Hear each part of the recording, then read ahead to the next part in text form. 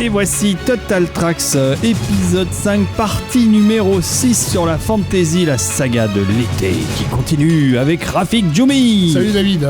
Et le flamboyant Olivier Desbrosses. Salut. Voilà, c'est bien. Alors, on s'était quitté tout à fait amicalement sur la musique du troisième opus de Harry Potter. Et avant d'enchaîner, toujours en 2001, par un autre film très important sur la fantasy, et pas des moindres, on doit rappeler quelques petites choses importantes sur Total Tracks. Quelques précautions d'usage. Exactement, vas-y Rafik. Total Tracks est totalement et intégralement sponsorisé par nos auditeurs. Oui. Tout à fait. Sur un Tipeee dont l'adresse est donnée régulièrement par David. Oui, c'est Tipeee / Total Tracks, un truc dans le genre. Enfin, vous tapez sur votre moteur de recherche Tipeee, T-I-P-E-E-E, et Total Tracks à côté, vous allez tomber sur nous. Et là, vous avez un bouton en disant, tiens, je vais leur donner 1 euro, 2 euros, 5 euros, 20 euros tous les mois parce que je les aime et parce que je tiens à ce qu'ils continuent le plus longtemps possible à nous faire de si formidables émissions. Et les plus gros contributeurs ont droit à des cadeaux très cool. Ouais. Des images assez évocatrices de Rafik dans son bar. Voilà. Et bientôt d'Olivier aussi. Mais ça, il faut qu'on négocie. Bon. Ça va être compliqué, j'ai pas de baignoire. Bon, alors dans la douche. Donc, ça n'a rien à voir avec la fantaisie, tout ça. Ah si. C'est très fantaisiste. Voilà, donc Tipeee, ça nous aide à continuer et à développer ce podcast. Donc, c'est gentil si vous pouvez nous donner quelques sous. Et on va continuer plutôt par les adresses auxquelles vous pouvez nous retrouver sur Facebook, sur Twitter, sur Apple Podcast. Vous tapez toujours Total Tracks, le podcast, et évidemment sur SoundCloud. Je tiens d'ailleurs à signaler que sur SoundCloud, c'est l'endroit où vous aurez la meilleure qualité sonore pour écouter Total Tracks, puisque je mets en ligne la source Wave de l'export de mon mixage et de mon montage de l'épisode. Et donc, il n'y a pas de compression du tout à l'exportation, même si certains morceaux sont d'origine MP3ienne, je ne sais pas comment dire, et souvent de bonne qualité, mais à force de encoder et de réencoder, on finit par dégrader quand même la qualité du son. Et là, sur SoundCloud, c'est la meilleure qualité possible pour ce podcast. Donc voilà, vous nous cherchez toujours Total Tracks, le podcast, et vous allez nous trouver sur ces différents supports. Et sur Twitter, on est @TracksTotal. Et sur Gmail, si vous voulez nous écrire, c'est trackstotal@gmail.com. Voilà, j'ai à peu près tout dit. Et on va pouvoir continuer cette formidable saga de fantasy par ce que l'on pourrait résumer par le film de fantasy par excellence, très longtemps attendu, attendu avant même que le projet ne naisse en réalité. Dans le domaine de l'informatique ou des smartphones, on dirait que c'est l'app killer qui a vendu la fantasy au cinéma. Le Game Changer, donc, qui débute par Iamar Prestar En, Anmathon Nenen, Anmathon Neche. Le monde a changé, je le vois dans l'eau, je le ressens dans la terre. Les premières paroles prononcées par le personnage de Galadriel sur un écran noir nous accueillent donc au premier épisode du Seigneur des Anneaux, qui sort en décembre 2001, après un tournage épique de 247 jours, je crois, où les 3 films avaient été tournés back-to-back. Un tournage épique, mais qui a été longtemps un secret de Polichinelle, puisque la presse internationale n'en avait guère vraiment à foutre. C'était vraiment un truc en sous-main. Et puis ça se passait loin, c'était filmé dans ce trou perdu de la Nouvelle-Zélande là, qui n'intéresse personne. C'était un projet du studio New Line, qui était une mini-major, qui faisait pas déjà la une. Il n'y avait aucune grande star au casting. C'était tourné par un réalisateur qui était surtout connu pour ses films d'horreur, Peter Jackson en l'occurrence, même s'il avait fait un film qui avait été nominé aux Oscars, qui était Créature Céleste. Il restait un nom parfaitement inconnu du grand public et d'une grande partie des médias. Donc voilà, un projet qui a été complètement repéré par les geeks. Totalement, à qui il s'adressait. Totalement, déjà rendu impérator tu peux le dire, par les geeks, et c'est bien eux qui ont tout de suite percuté dès 98, c'est-à-dire dès l'annonce officielle du lancement du projet, sauf que ces geeks n'étaient présents que sur Internet. Donc on a vécu 3 ans intéressants où il y avait vraiment 2 mondes qui se côtoyaient pas, qui était le monde de l'Internet où Lord of the Rings était l'événement absolu et total, et la presse, pour qui le Mexicain, avec Brad Pitt et Julia Roberts, c'était le film le plus attendu de tous les temps. Mais le Seigneur des Anneaux, oui, je vois Olivier qui rigole parce qu'il y a une neurone qui vient de s'activer pour lui rappeler que ce film a existé. Mais c'était le grand événement de cette époque. Donc évidemment, moi en tant que geek, j'étais sur le net tous les soirs à guetter le moindre bout d'infos. Je me souviens que la première photo volée du projet, c'était une photo de mouton. Mmh. Et avec comme légende, voici le mouton le plus chanceux sur Terre parce qu'il tourne dans le Seigneur des Anneaux. C'était le premier le cliché volé par les nerds qui alimentaient la toile de toutes les rumeurs et tout sur le tournage. Mais ensuite, Peter Jackson a très très bien géré sa communication au travers du net. Ça a été un des premiers d'ailleurs. Il a en fait, lorsque NT Cool News, qui à l'époque était une plateforme sur laquelle tous les geeks passaient régulièrement, qui donnait justement des news fraîches et volées des projets qu'on attendait. Ils ont fait évidemment une news sur le Lord of the Rings. Il y a eu beaucoup de critiques dans les commentaires parce que déjà les gens se disaient ça va être de la merde, ça va être caca, ça va être ceci, ça va être cela.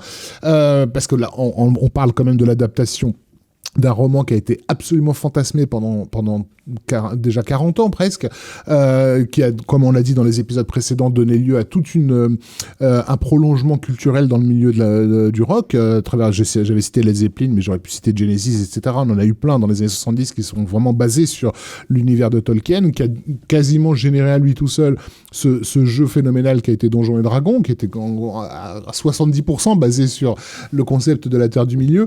Avec une première adaptation des 70, pas réussie, mais qui existe. Voilà. Mais il y avait au fond cette idée que c'était impossible à faire. Et qu'un inconnu néo-zélandais se permette de se lancer dans cette aventure-là, il y avait forcément beaucoup de méfiance et de défiance et de suspicion. Et donc ce qui s'était passé à l'époque, c'est que Jackson s'est pointé dans les commentaires pour dire ce qu'il était en train de préparer. Et ce qui en fait rétrospectivement la première interview de Peter Jackson sur Le Seigneur des Anneaux. Et en fait, tout ce qu'il a dit a été vérifié. Mais il a donné ses sources d'inspiration, il a expliqué que les combats seraient basés en gros sur la mise en scène de Mel Gibson pour Braveheart, etc. Enfin, il donnait vraiment des tas d'éléments de première main. Et je trouvais ça génial et stupéfiant à l'époque qu'aucun magazine ne s'empare de tel scoop, quoi. On avait le réalisateur qui était en train de nous raconter au jour le jour comment son film Je vous raconterai une anecdote personnelle là-dessus aussi, mais on va écouter un premier morceau, puisqu'on va, comme pour Harry Potter, on avait écouté les 3 premiers opus composés par Williams. Bon là il y a 3 films, donc voilà. on va écouter 3 extraits. Accessoirement le premier morceau qui a jamais été entendu concernant le film, puisque donc à Cannes en mai 2001 ont été présentées 26 minutes du film qui mêlait des scènes des 3 films, et sur le premier on avait un gros chapitre qui était donc la découverte de la Moria et l'attaque du Balrog sur le pont de Khazad-dûm. Et donc, pour l'avoir découvert à cette époque-là, ça a été les premières images que j'ai vues avec les journalistes, la première musique que j'ai entendue du Seigneur des Anneaux, parce qu'évidemment, ça faisait un moment qu'on se demandait à quoi ça allait ressembler, c'était justement cette musique, To the Bridge of Khazad-dûm. Et ça pète.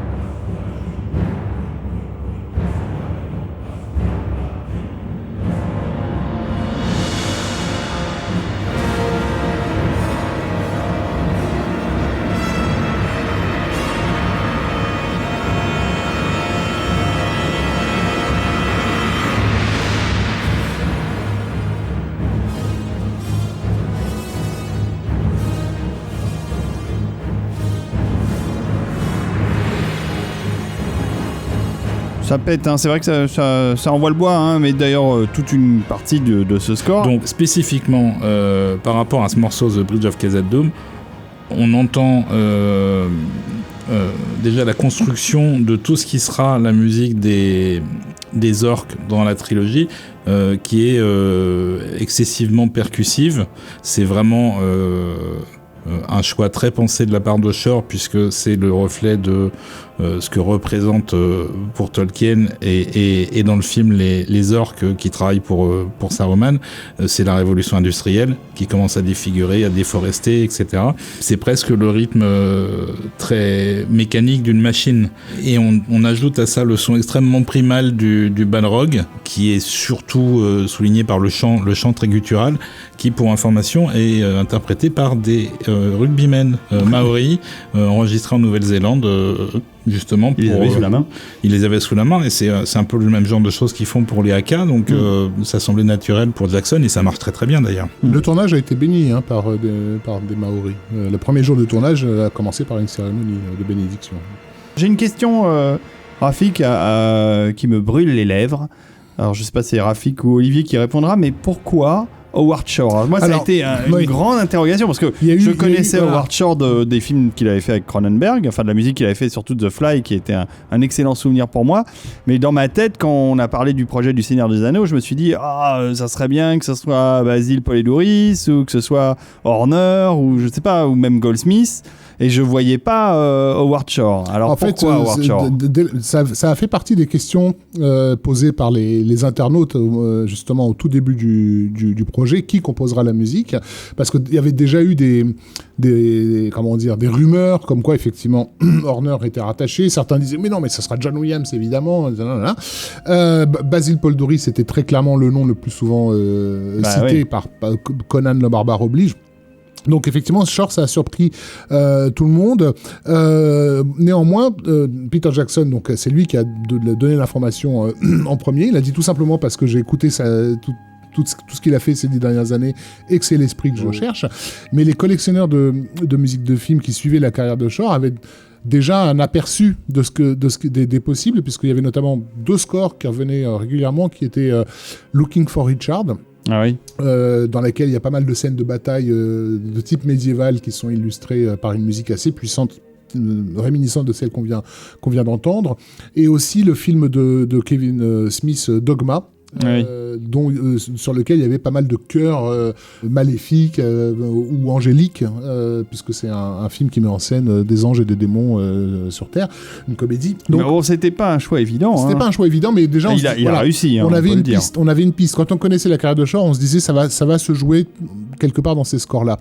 Mais d'après Olivier, il y a encore autre chose. Oui, il faut se souvenir quand même que quand le nom de Shore a été annoncé, ça a été l'apocalypse chez les amateurs de musique de film, avec des commentaires jusqu'à l'insulte en disant c'est pas possible, ça va être une catastrophe, il est pas capable. Il y a eu beaucoup de gens qui étaient très prompts à condamner avant d'avoir entendu la moindre note de ce que Shore était capable de faire. Et lui, il s'est pas du tout posé la question. Il s'est juste dit j'ai un planning chargé pour les 4 ans à venir. Ouais. Et encore, il savait pas qu'il allait revenir après pour le Hobbit, mais ça représentait 4 ans de travail. Pendant ces 4 ans, il a bossé uniquement sur Le Seigneur des Anneaux et 2 films, je crois, pour Cronenberg, 2 petits films. Je crois qu'il y avait Spider et je sais plus quel autre. Il y avait une histoire autour des theme tracks également, non? Et il y avait une histoire autour des theme tracks, c'est-à-dire que Philippa Boyens, qui est la scénariste et qui est une des forces créatrices derrière le film, derrière le succès des films, avait utilisé en musique temporaire tout ce que Shore avait pu faire. Il y avait La Mouche, il y avait Crash, il y y avait évidemment les 2 que tu as cités, Looking for Richard et Dogma, Seven, Le Silence des Agneaux, etc. Et elle avait développé une sorte d'obsession pour Shore en se rendant compte que c'était exactement l'univers qu'ils avaient en tête. Donc le film était les premières scènes arrivaient à peine qu'il y avait déjà toute la musique de Shore dessus. Donc pour eux, ça n'a pas été un choix cornélien. Alors il y a eu des rumeurs, effectivement, en particulier du côté de James Horner, mais on n'a jamais eu de confirmation et c'est probablement plutôt des souhaits de fans qu'autre chose. Évidemment, Fran Walsh est la femme de Peter Jackson, en l'occurrence. Sa scénariste qui est aussi ça, donc sa scénariste, et Philippa Boyens, qui est la co-scénariste. Elles ont une importance cruciale dans la constitution de ces films et dans l'esprit de ces films, notamment par leur côté, on va dire, un peu on va dire, ces deux nanas un peu gothiques dans l'âme, quoi.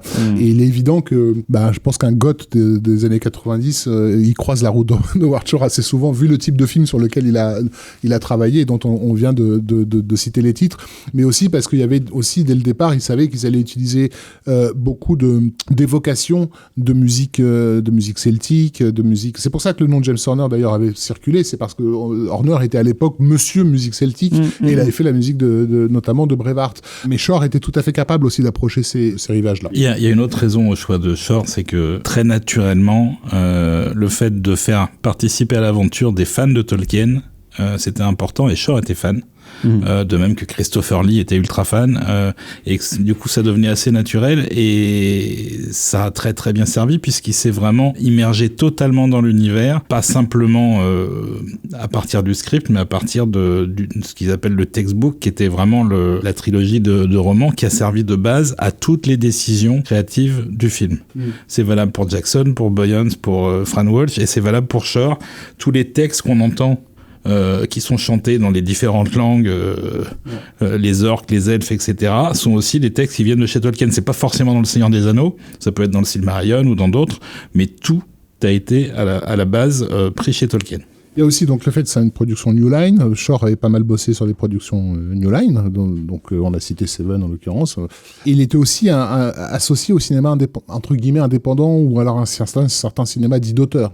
David Cronenberg en étant un bon exemple. Et il faut insister sur l'idée que Le Seigneur des Anneaux, au moment où il se fait, n'est pas une locomotive hollywoodienne du tout. Ça veut dire que dans les milieux hollywoodiens qui bossent sur des blockbusters, on n'entend pas parler de ce projet-là. Avec Olivier, on était à un concert de Michael Kamen qui a été donné à Luneville à l'époque, et ça faisait partie des questions qu'on lui a posées. On lui a dit, est-ce que vous avez été approché pour Le Seigneur des Anneaux? Et il nous regarde en disant, comment ça, Le Seigneur des Anneaux, ils font un film? On lui dit, oui, Peter Jackson est en train d'en faire un film en Nouvelle-Zélande. Et là, il me fait, c'est un copain, Mick Jackson, j'adore. Alors, on le corrige, non, pas Mick Jackson, pas le réalisateur de Volcano, donc, mais Peter Jackson. Que j'adore. Et là, il nous regarde parce qu'il n'avait pas l'air de savoir qui était Peter Jackson, donc on lui dit, entre autres, Dead Alive, qui est le titre américain de Brain Dead. Et là, il fait la grimace en mode, non, j'ai pas entendu parler de ça. Tu vois, mais l'air de dire, ça me regarde pas ces histoires-là. C'était vraiment un projet sous le radar, quoi. Alors, ce qui est marrant, c'est que moi, je m'en souviens parce qu'à l'époque, j'ai eu la chance de rencontrer Jackson en 99 au BIF. Il était au BIF, qui est le Bruxelles Fantastic Film Festival. Hein. Et donc, j'ai fait une interview de Peter Jackson, sur laquelle la cassette n'a pas enregistré du tout. Bon, ça, c'est une anecdote. Et je me souviens très bien que l'attaché de presse de chez New Line qui nous a reçus, on était la dernière interview, à l'époque c'était SF Mag avec Alain Lévent, on était la dernière interview à pouvoir parler avec Peter Jackson. Et elle nous dit, alors vous pouvez lui parler de tous ses films, sauf du Seigneur des Anneaux. Évidemment, on n'avait pas le droit d'en parler. Alors on commence à poser des questions sur Brain Dead, sur Meet the Feebles, sur tous ces films. Et systématiquement, à chaque réponse, Jackson disait « Ah oui, Brain Dead, oui, c'est bien. Oui, c'est comme dans Le Seigneur des Anneaux où je suis en train de faire... voilà. » Et il ne pouvait pas parler d'autre chose. On ne lui posait pas de questions dessus, mais à chaque fois qu'on le relançait sur un autre film, il revenait systématiquement au bout de 2 phrases au Seigneur des Anneaux avec, je me souviens de son regard complètement barré. Il était totalement dans le projet. Et Fran Walsh l'avait rejoint pendant l'interview. On avait passé 1 heure ensemble. C'était vraiment un grand bonheur. Et ça se voit à l'écran, ça se voit sur le film que ce projet qu'il a tellement voulu, qu'il a tellement porté, je pense que peu de réalisateurs ont été aussi impliqués que Peter Jackson. Et quand j'ai vu, comme vous, le nom de Howard Shore sortir pour la musique, j'étais un peu déçu parce que j'espérais que ça serait un de mes chouchous personnels qui la ferait. Mais j'avais confiance parce que, ayant rencontré Jackson, je pense qu'il savait exactement ce qu'il allait pouvoir obtenir de Shore, et il a obtenu une musique merveilleuse, extraordinaire, alors qui n'est pas aimée de tout le monde. Moi, je connais des fans de Tolkien qui ne supportent pas la musique de Shore, et alors c'est tant pis pour eux parce qu'ils ne peuvent pas voir le film, parce qu'elle est de bout en bout. C'est aussi une des particularités du Seigneur des Anneaux, c'est que la musique, elle commence avec la première image, elle finit avec le dernier plan, et quasiment tout le film est illustré par la musique de Shore, ce qui est rare dans un film quel qu'il soit. Moi, je sais qu'en découvrant le score, j'avais un souci, et pas des moindres, avec le thème de la communauté lui-même, en fait. Ah oui, celui qu'on vient d'entendre. Celui qu'on vient d'entendre à l'instant. que je trouve inutilement héroïque en fait. Mais par contre, j'avais apprécié l'idée de le construire un peu à la façon des 7 mercenaires, c'est-à-dire de donner des évocations de ce thème et de ne l'entendre avec les 3-4 notes là. Et de ne l'entendre complètement qu'une fois que la communauté est effectivement créée à la sortie de Rivendell, de Foncombe. Et ce qui est marrant, c'est que ce thème-là, et je pense pas que ce soit du tout conscient chez Shore, il y a tout un héritage catholique dans Le Seigneur des Anneaux, Tolkien étant lui-même d'une éducation catholique et non pas protestante. Je ne sais pas si c'est venu naturellement de jouer sur ces accords-là, mais le thème de la communauté, en fait, on l'entend dans un score d'Alfred Newman, qui s'appelle La plus grande histoire jamais contée, donc sur la vie du Christ. Et donc il y a toute une séquence de voyages avec des grands panoramas, comme on en a dans Le Seigneur des Anneaux, sur cette mélodie-là. Ta-da-da, ta-da-da. Alors je me dis peut-être que Shore, quand il était gamin, a vu le film, influence souterraine. Et voilà, c'est ressorti naturellement dans le film. On va pas lui reprocher d'avoir peut-être ou peut-être pas une inspiration d'Alfred Newman, parce que pour la trilogie, il a quand même écrit 80 thèmes. C'est énorme. Je parle même pas des motifs secondaires, 80 thèmes associés à des lieux, à des personnages ou à des situations précises. Et il a tissé une espèce de canevas gigantesque comme on n'a probablement jamais fait en musique de film. Jamais à ce point-là. Puisqu'il y a 12 heures de musique, dont il a d'ailleurs ensuite tiré une symphonie qui dure 1h45 et avec laquelle il a beaucoup tourné dans le monde, parce que la musique se prête très bien à ce genre d'exercice. C'est-à-dire qu'on a même des motifs et des thèmes pour des personnages qui sont évoqués mais qui ne sont pas dans le récit, hein. C'est-à-dire des personnages d'avant, mythologiques, que certains personnages évoquent des légendes, et en fait on a de la musique correspondant à ces légendes, sans parler de tout le travail qu'il a fait justement avec Philippa Boyens et Fran Walsh autour des chansons en elfique, un vrai boulot de nerd, quoi. Oui, puis tout a été pesé, discuté, rediscuté. Ils étaient en contact constant pendant toute la production du film, ce qui est aussi très rare. En général, le compositeur arrive, le film est déjà tourné en cours de montage. Là, non, il était là quasiment au début et il est parti que quand ils ont eu terminé, quoi. Donc, au point où ils lui ont consacré un des disques bonus lorsque les coffrets DVD sont sortis. Je sais plus si c'est pour le deuxième ou le troisième volet. C'est pour le deuxième, voilà. Je crois. Mais on avait un documentaire complet uniquement sur Howard Shore. Oui. Ce qui est rare, trop rare d'avoir des suppléments pareils, parce que ça permet de bien découvrir ce que c'est qu'une composition de musique de film. Bon, celle-là étant tellement particulière parce que tellement riche. Et d'ailleurs, on va s'écouter un morceau du deuxième, alors qui personnellement est mon préféré. Je ne sais pas pourquoi, parce que les 3 films ont tellement de qualité, mais j'adore les thèmes de ce film et les visions de ce film. On va écouter un morceau qui s'appelle The Last March of the Ant. Enfin, on l'a appelé comme ça parce que c'est un peu compliqué dans les différents disques qui sont sortis. Les titres changent. Les titres changent. Ça correspond à la séquence où effectivement les 2 hobbits amènent Silverbarb au bord d'Isengard. Et en fait, ils le manipulent parce qu'ils savent. Ça va le mettre en colère. Voilà. Et ils voient que la forêt a été détruite. Et là, tous les Ents se mettent en marche pour aller attaquer la tour de Saruman. Et l'utilisation de la voix d'enfant dans ces séquences-là, dans la saga, la voix d'enfant est régulièrement associée à la nature, en fait, et à la reprise de pouvoir de la nature.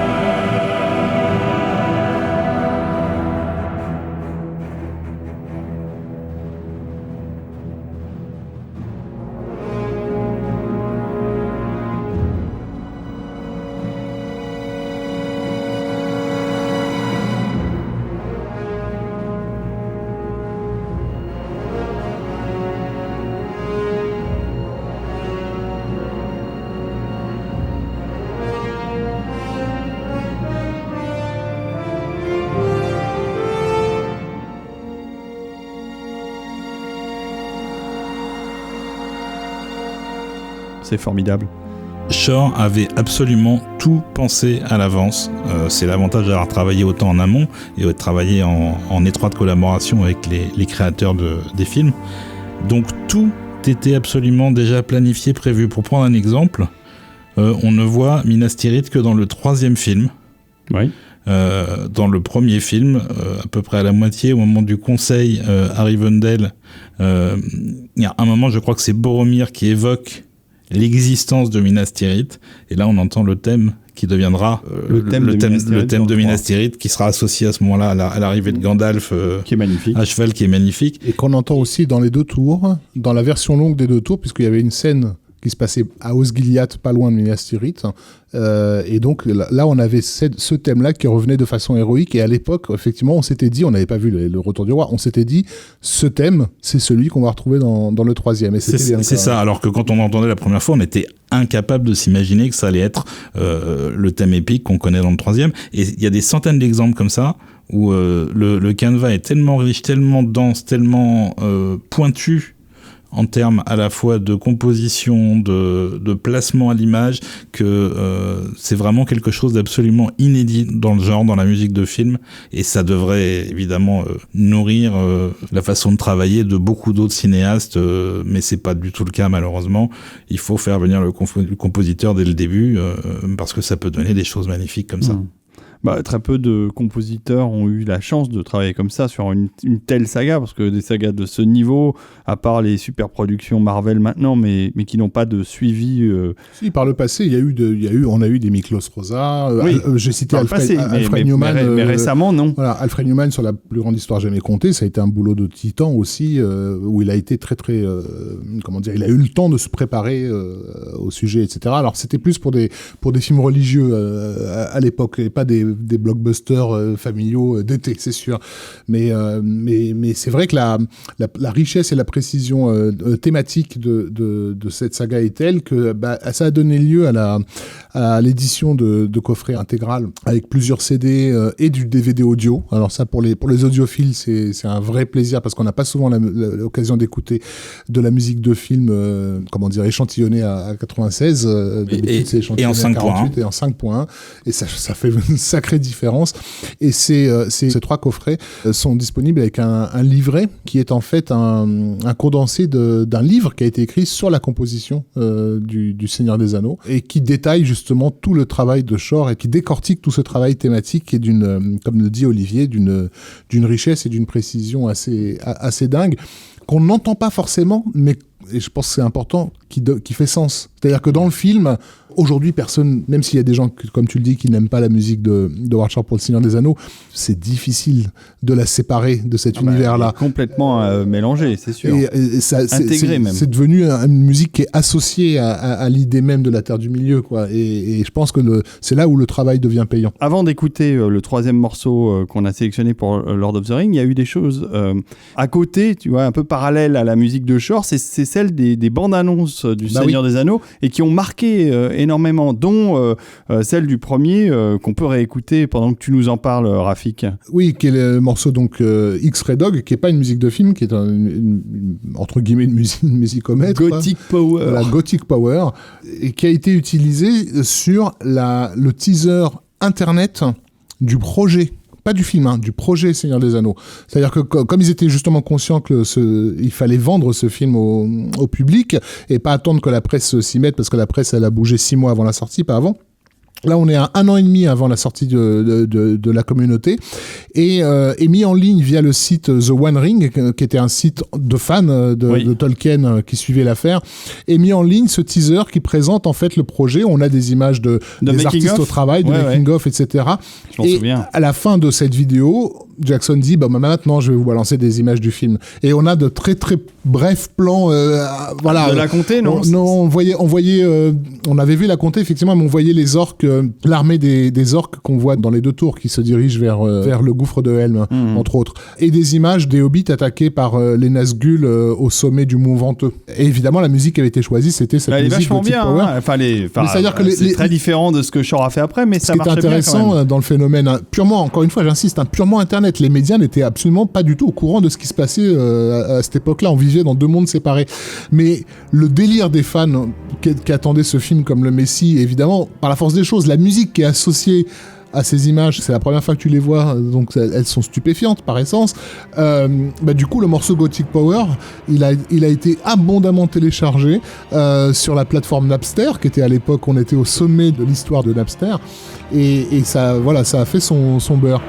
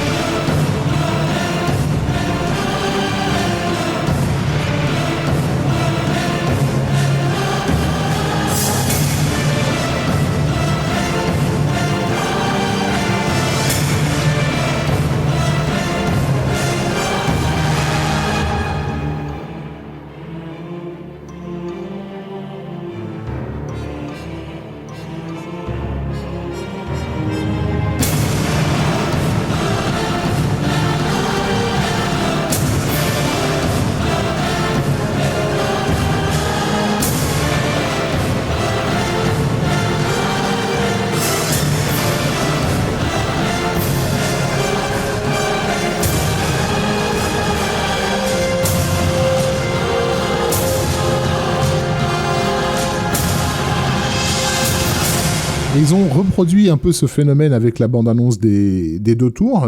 Oui. Là, pour le coup, c'était la bande-annonce officielle du film, et elle avait été montée sur la musique de Requiem for a Dream. Voilà, donc je vous la mets. Et très belle adaptation pour la fantaisie de ce thème d'un film qui n'a vraiment rien à voir. Au départ, n'est pas très fantasy. Qu'est-ce que j'ai pu rêver sur ce trailer, ça m'a fait complètement délirer.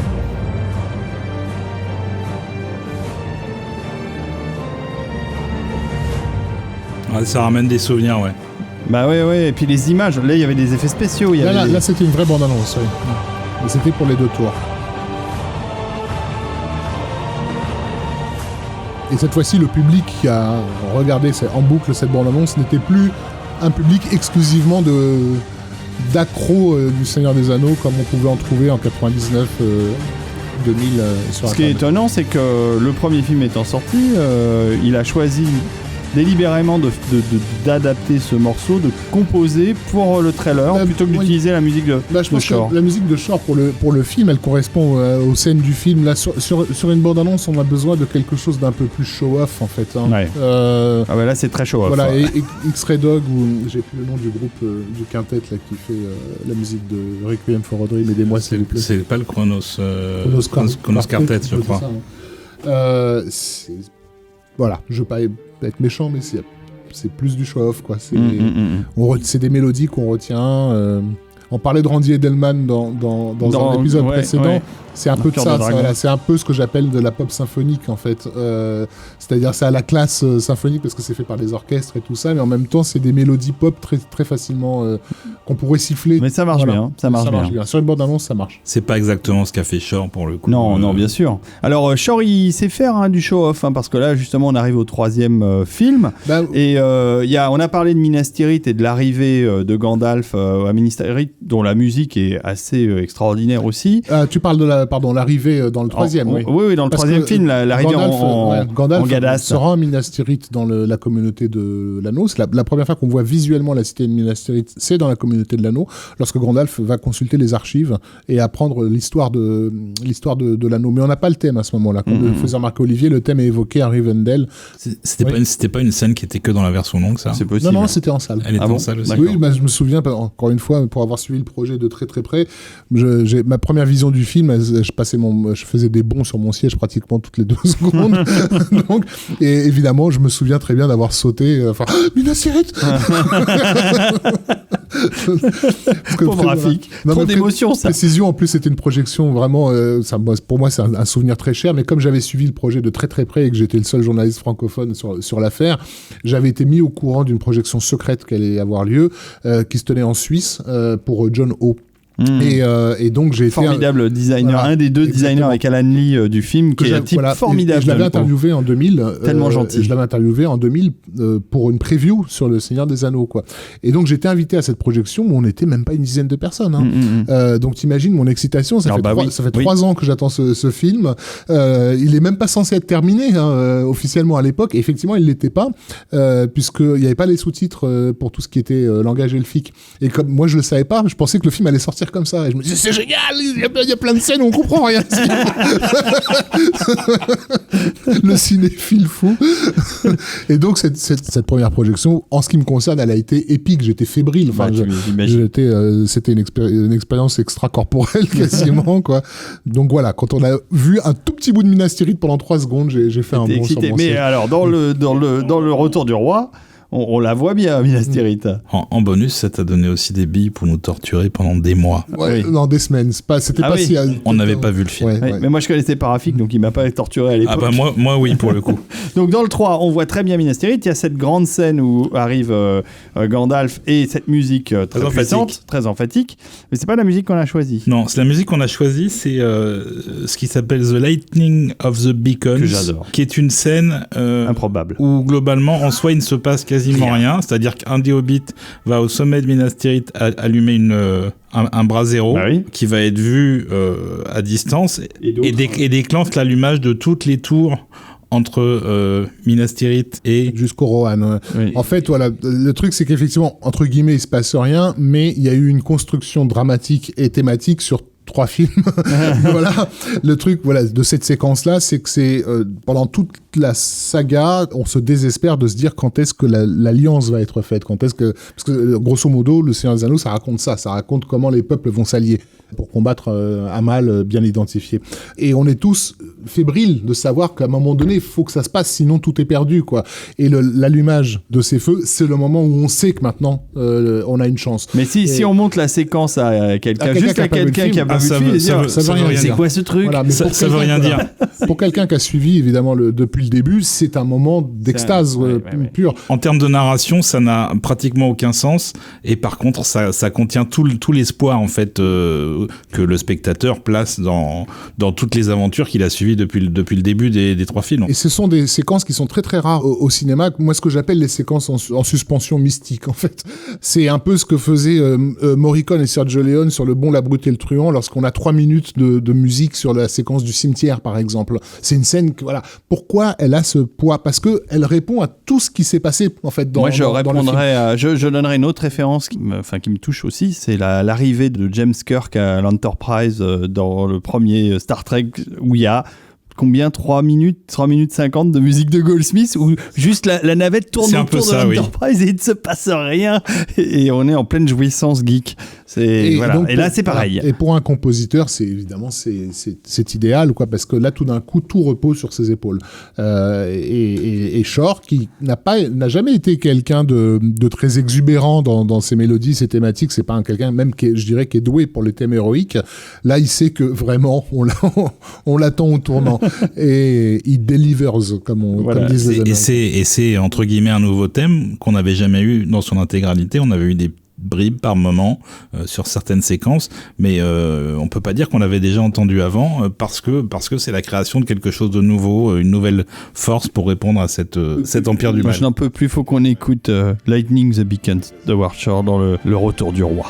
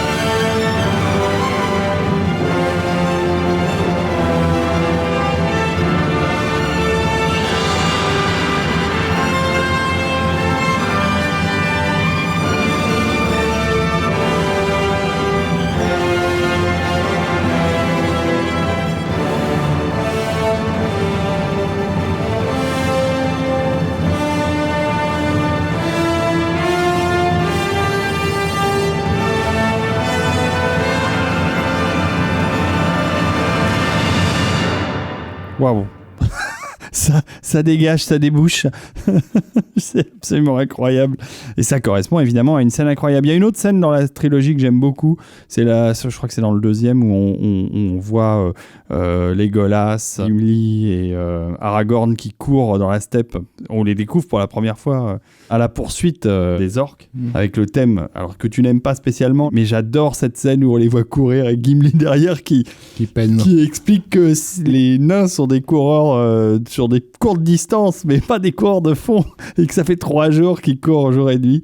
Mais ils ne transpirent pas trop les elfes. Hein, il y a un effet de mise en scène magnifique d'ailleurs dans cette, dans cette séquence qui voit chaque personnage détaillé en fait. Grand pas près de la caméra qui est en train de suivre les traces, qui lève la tête, qui sort du champ et on découvre Legolas qui arrive. On a un jump cut sur Legolas qui se retourne et ensuite on passe sur Gimli qui était en arrière-plan avec un nouveau jump cut sur lui. Et en fait il y a 3 façons iconiques de présenter les personnages. Je ne tarie pas d'éloges. Oui, on pourrait durer des heures sur le Seigneur des Anneaux, mais tu as des choses à rajouter sur Watchor. Je voudrais faire briller encore un peu plus la couronne de Shore parce que non seulement il a fait tout ce travail de fou, mais il a tout fait. C'est-à-dire que déjà il avait mis en musique le promo reel dont tu parlais, Rafik, qui avait été projeté à Cannes. Donc il avait déjà commencé à composer pour ces scènes-là. Il a réutilisé plus ou moins ce qu'il avait prévu à ce moment-là pour les scènes définitives dans le film. Mais il est aussi revenu pour réécrire de la musique si besoin pour les scènes additionnelles des versions longues qui sont sorties en DVD. C'était à peu près... un an après chaque film. En fait, on avait la sortie du DVD normal en été. Et pour les fêtes de Noël, le coffret version longue. Moi, j'attendais les versions longues. Voilà, donc il a aussi fait ça, et il a tout fait, c'est-à-dire qu'il a tout orchestré lui-même, donc 4 ans de boulot, mais pas à rien faire, hein, parce que ça fait quand même une masse assez considérable de musique. Il a dirigé la totalité de ses compositions pour les enregistrements. Je crois que pour la première trilogie, hors le Hobbit, dont on reparlera plus tard, il a 180 heures d'enregistrement à Abbey Road.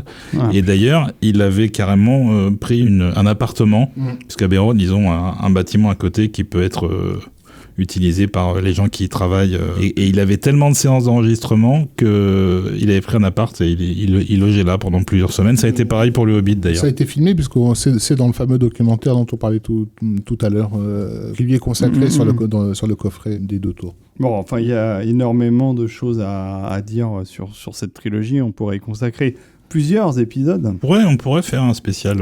revenir sur le Seigneur des Anneaux. Seigneur des Anneaux et Hobbit. Oui, il y a de quoi faire. Et détailler un peu. Mais bon, là, continuons la fantasy. Essayons d'avancer un tout petit peu parce que c'est difficile. Une dernière info, parce qu'on en parlait tout à l'heure, le bouquin qui s'appelle The Music of the Lord of the Rings. Il y a un livre, carrément. Il y a un livre qui détaille vraiment par le menu le travail de composition de Shore, son utilisation des thèmes, etc. Ça ne parle que du Seigneur des Anneaux. Le Hobbit n'était pas fait à ce moment-là. Mais c'est déjà un assez gros volume et qui vient en plus en bonus avec un CD qui comprend des versions inédites ou alternatives ou des démos faites pour la trilogie. Voilà. Et donc c'est signé Doug Adams et ça se trouve dans toutes les bonnes crèmeries, malheureusement uniquement en anglais, mais ça vaut vraiment le coup. D'accord.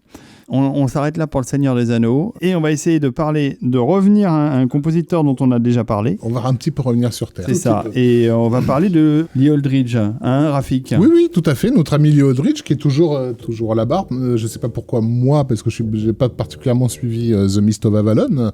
Toi, tu connais peut-être le... Non, moi je connais pas spécialement ce film. Alors c'est un film qui est sorti en 2001, qui revient sur le mythe arthurien. Il y a assez peu de films du genre pour le signaler, donc c'est pour ça qu'on s'est dit que ça vaudrait le coup de reparler de Lee Aldridge, qui pareil est un compositeur dont on n'a pas toujours l'occasion un peu sous-exploité, effectivement. Ouais. Ça a été diffusé en France donc sous le titre Les Brumes d'Avalon, qui est une traduction littérale, mais en fait...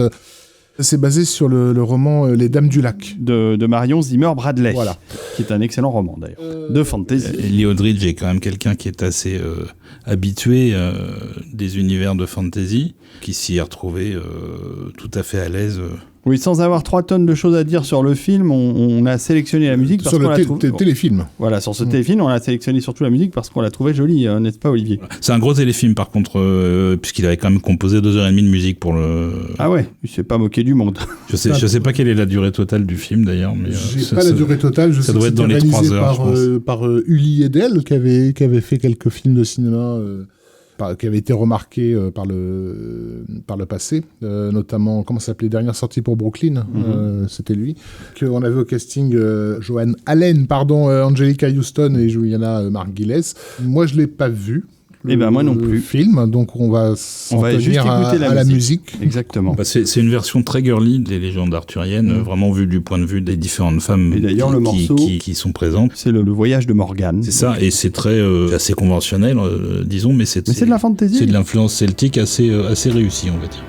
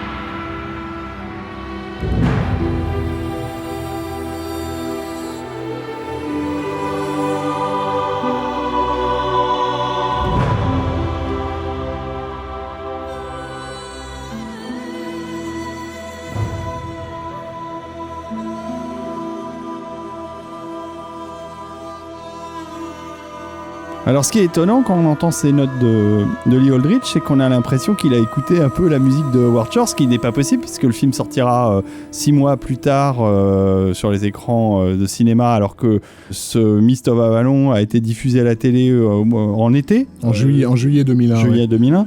Donc c'est marrant parce qu'on se dit que ces sonorités, ces ambiances, elles sont dans l'air du temps du début du 21e siècle. Bah, oui, à la fin des années 90, on a eu coup sur coup le James Horner de Brevard, qui a quand même à lui seul réimposé un certain esprit celtique, sachant que dans la musique pop, on avait aussi à cette époque-là des tubes qui jouaient des sonorités celtiques. On a aussi l'affaire des Mediaventure, dont on a évité d'en parler jusque-là, mais à un moment donné, on n'y échappera plus. Mais Mediaventure a aussi posé sa marque sur la musique de film, et là, dans l'utilisation des rythmiques et de ce morceau-là, à un moment donné, on est dans ces territoires. Donc, il y a un son qui se détache effectivement. Mais c'est très sympa, le Mist of Avalon. C'est vraiment un compositeur à redécouvrir, Lee Aldridge, parce que malheureusement, on n'a pas eu tellement l'occasion d'en parler, mais moi, j'avoue que vous l'entendez au travers du morceau qui passe en arrière-plan. C'est très agréable. On n'en parlera jamais autant que dans le podcast fantasy qu'on est en train de faire, parce qu'il n'a pas fait grand-chose d'autre hors films de fantasy, d'Arles Invincibles, etc., qui soit notable. C'est dommage, on en profite.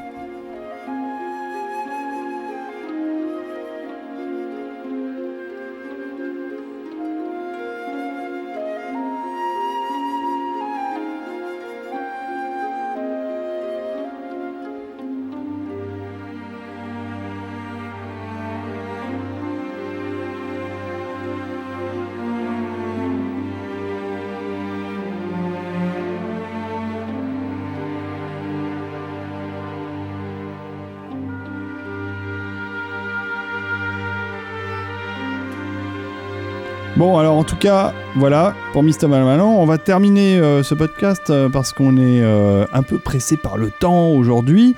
Et on va finir sur une musique de Anne Dudley. Oui. Et on en parlait précédemment. Tout à fait. Anne Dudley qui est revenue avec un film qui s'appelle Monkey Bone, que je ne connais pas, que je n'ai pas vu. Et il y a des raisons objectives pour lesquelles tu ne le connais pas, c'est qu'il n'est pas sorti en salle chez nous. D'accord, ça aide pas. Puisque ce film a l'insigne honneur d'être un des plus gros flops du siècle. Encore voilà. Décidément, la fantasy en a rapporté quelques-uns. Il a coûté 75 millions de dollars. Oui, aïe. On n'en rapportait que 7 à l'international.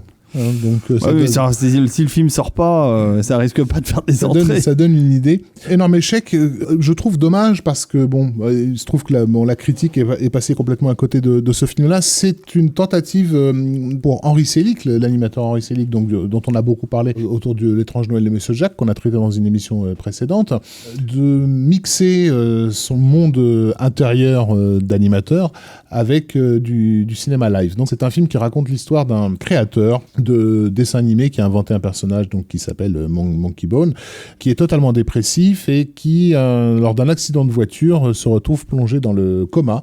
Et ce coma va le placer dans une espèce de, comment on appelle ça, l'antichambre de l'enfer. Dans le purgatoire. Merci, dans un purgatoire qui est en fait composé de toutes les névroses des artistes, quoi. Donc en fait, le film mérite son label de fantasy dans la mesure où on a un personnage qui se retrouve dans un univers parallèle. Et ce monde un univers parallèle fantastique. Fantastique. Et ce monde donc de l'imaginaire dans lequel il est prisonnier, parce qu'en gros, le personnage qu'il a créé, Monkey Bone, va lui remonter dans le réel et prendre sa place, s'incarner dans son corps. Et lui est coincé dans ce purgatoire imaginaire. Il doit trouver un moyen de réintégrer son corps. Et donc, Henry Selick s'amuse beaucoup avec ça, puisqu'il va mêler de l'animation en volume, pour laquelle il est célèbre, des créatures complètement insensées, dans un univers très très richement coloré, avec donc de la comédie en live. C'est un film avec un joli casting. Il y a Brendan Fraser qui était très en vogue à l'époque. Bridget Fonda, Whoopi Goldberg, Rose McGowan, John Turturro. Moi, c'est avec ce film que j'ai découvert le comédien Chris Kattan, qui a une séquence absolument hilarante, puisqu'à un moment donné, le personnage de Brendan Fraser parvient à se réincarner dans le corps d'un jogger qui s'est brisé la nuque. Et la scène est une pantomime absolument sublime, parce qu'en gros, il doit fuir des flics qui le poursuivent, alors que sa nuque est brisée. Et donc, il passe son temps à voir sa tête qui tombe sur le côté. Et le comédien Chris Kattan fait un travail absolument admirable de pantomime sur cette scène. Un film que je recommande personnellement. C'est loin d'être un chef-d'œuvre, mais c'est certainement pas quelque chose qui méritait l'échec qu'il a eu. Donc si vous aimez ne serait-ce que l'imaginaire, si vous aimez Henry Selick, si vous aimez Coraline et L'étrange Noël de Monsieur Jack, vous allez vous retrouver dans ce même univers. James et la pêche géante, c'était aussi Henry Selick, mais on est plus proche de Coraline dans le sens où, encore une fois, c'est un film qui parle de la créativité dans la dépression. Le sujet de la dépression est central dans Monkey Bones, ce qui n'a peut-être pas aidé à son succès public. Et donc Anne Dudley, du coup, a des séquences. Alors bien sûr, ce type d'imaginaire à l'époque est complètement contaminé par le travail phénoménal de Danny Elfman pour L'étrange Noël de Monsieur Jack. C'est très difficile pour elle de sortir de ce cadre-là. Là, le morceau qu'on a choisi a pour titre Welcome to Downtown. Voilà, c'est donc quand le héros déboule dans ce purgatoire et il arrive sur une espèce de place du marché où il y a que des créatures fantastiques. Un vendeur qui a une tête de vache dessinée par Picasso, ce genre de délire, voilà. Et donc il passe de choc visuel en choc visuel. Il vient d'une espèce de train de Luna Park, en fait, qui descend du ciel pour atterrir dans ce purgatoire. Donc on va s'écouter ce morceau d'Anne Dudley qui est une... Mais on va terminer sur ce morceau d'Anne Dudley, donc on va se quitter. Je vais remercier encore Olivier pour sa participation. Merci Rafik. Merci. On se retrouve rapidement pour la suite. Alors peut-être pas tout à fait la fin, parce qu'il nous reste encore pas mal de morceaux et pas mal d'années. C'est quelque chose qu'on a découvert encore une fois en préparant la première émission, parce qu'on avait le secret espoir de faire une seule émission sur la fantasy. C'était pas possible. Et on a vite réalisé que... Non, mais on aurait pu faire une émission peut-être de 3 heures, mais en coupant tellement de choses. Donc on s'est dit que c'était plus intéressant de faire ça sous forme d'une série d'émissions plus courtes, et donc peut-être plus facile à digérer aussi, et sur lequel on peut s'exprimer plus longuement sur certains films qui le méritent, tel Le Seigneur des Anneaux, par exemple. Ouais. Voilà, et puis d'ailleurs, si vous trouvez ça trop long, dites-le nous. La prochaine fois, on vous fait un truc sur la science-fiction en 15 minutes chrono. Ça va être dur. En tout cas, on se retrouve très bientôt. En attendant, si vous avez envie de tiper, n'hésitez pas, tipez à fond. C'est le Tipeee de Total Tracks, on le répétera jamais assez. Et voilà, on se quitte avec Anne Dudley, Welcome to Downtown, et c'est Monkey Bones, un film recommandé par Rafik Djoumi. Au revoir et à bientôt.